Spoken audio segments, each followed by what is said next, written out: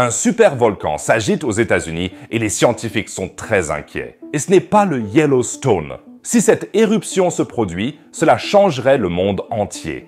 Nous regardons cela de près. Quelle est la probabilité de l'éruption et quand il faut s'y attendre? Si tu trouves cela intéressant, je me réjouis d'un pouce vers le haut et d'un commentaire. Cela nous permettra de faire en sorte que l'algorithme montre ce sujet super important à encore plus de personnes. Merci beaucoup les amis et bienvenue.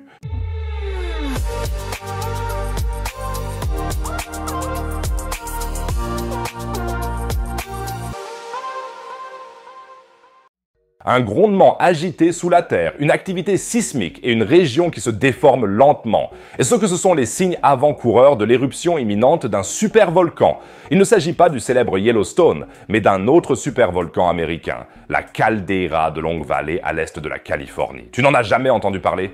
Il est temps, car ce supervolcan est très actif et a tout ce qu'il faut pour plonger le monde dans le chaos. La caldeira de Long Valley se compose en surface d'un imposant cratère à l'est de la Sierra Nevada, d'où son nom, car une caldeira désigne une dépression arrondie formée par l'activité volcanique. Et la caldeira de Long Valley est la deuxième plus grande caldeira des États-Unis après celle de Yellowstone. Elle est donc l'une des plus grandes caldeiras de la planète. La caldeira actuelle et son paysage caractéristique ont été créés par une éruption super violente il y a 760 000 ans. À l'époque, 1400 km3 de cendres, de matériaux pyroclastiques et de lave ont été éjectés. Cela a entraîné un énorme dépôt de cendres qui a recouvert une grande partie de l'est de la Californie et s'est étendu jusqu'au Nebraska. Enfin, regarde un peu la région. Cette éruption a créé une dépression de 540 km² qui s'est enfoncée de 300 à 1000 mètres par rapport à la région environnante. Tu peux donc imaginer à quel point cette éruption a dû être apocalyptique. Bon, mais maintenant, certains d'entre vous vont peut-être dire « Oui, et alors, c'était il y a des centaines de milliers d'années. Qui s'en soucie ?» Malheureusement, il semblerait qu'une nouvelle éruption soit imminente.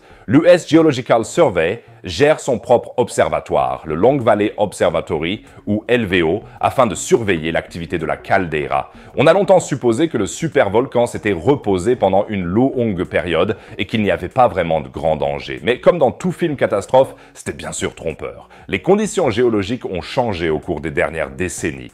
L'activité sismique a augmenté petit à petit et ces dernières années, tout cela prend des proportions inquiétantes. Le géophysicien Ashton Flinders de l'US Geological Survey dit « Nos données suggèrent qu'il y a eu des afflux significatifs de magma depuis les dernières éruptions il y a 7 000 ans. Cela signifie que le supervolcan n'est peut-être pas aussi inactif qu'on le pensait jusqu'à présent.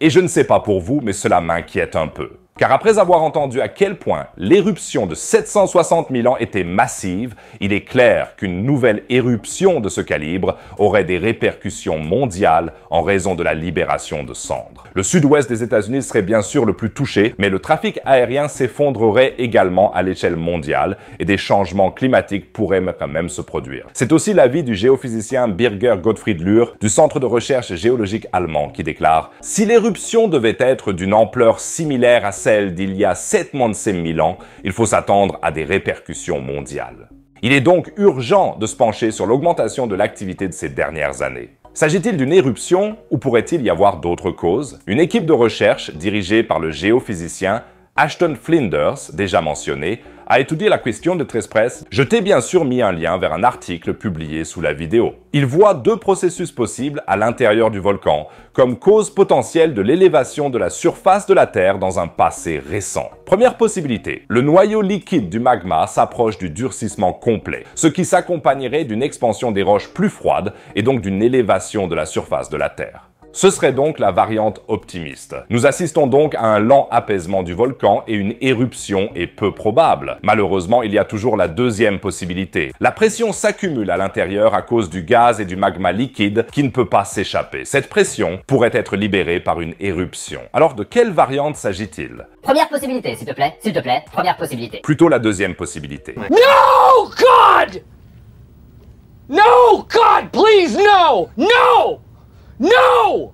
Dans le travail de recherche, on dit « Bien que nous ne puissions pas faire la distinction entre l'intrusion magmatique et la mobilisation des fluides sécrétés comme force motrice de la récente élévation à Long Valley, nous pouvons conclure que le réservoir de la croûte moyenne est toujours en fusion. » Les géologues ont tendance à s'exprimer de manière compliquée. Cela signifie que la cause de l'activité récente n'a pas pu être déterminée, mais on a constaté qu'à l'intérieur du système volcanique, il y a aussi beaucoup de magma qui bouillonne. Il n'y a aucune trace d'inactivité ou de repos, car cela continue et c'est maintenant que ça se passe. Nous estimons que le réservoir contient actuellement suffisamment de fonte pour soutenir une autre super éruption volcanique, comparable en taille à l'éruption chaldérienne d'il y a 7,6 000 ans. Le volcan est donc toujours actif, il contient une grande quantité de magma et la masse de ce matériau volcanique est en outre suffisamment importante dans l'ensemble pour provoquer une éruption apocalyptique. Ce sont les résultats que tu souhaites obtenir dans ton travail de recherche, mais cela ne signifie pas pour autant qu'une éruption plus importante est à notre porte. Pour mieux évaluer le danger, il faudrait étudier plus en détail de nombreux autres facteurs.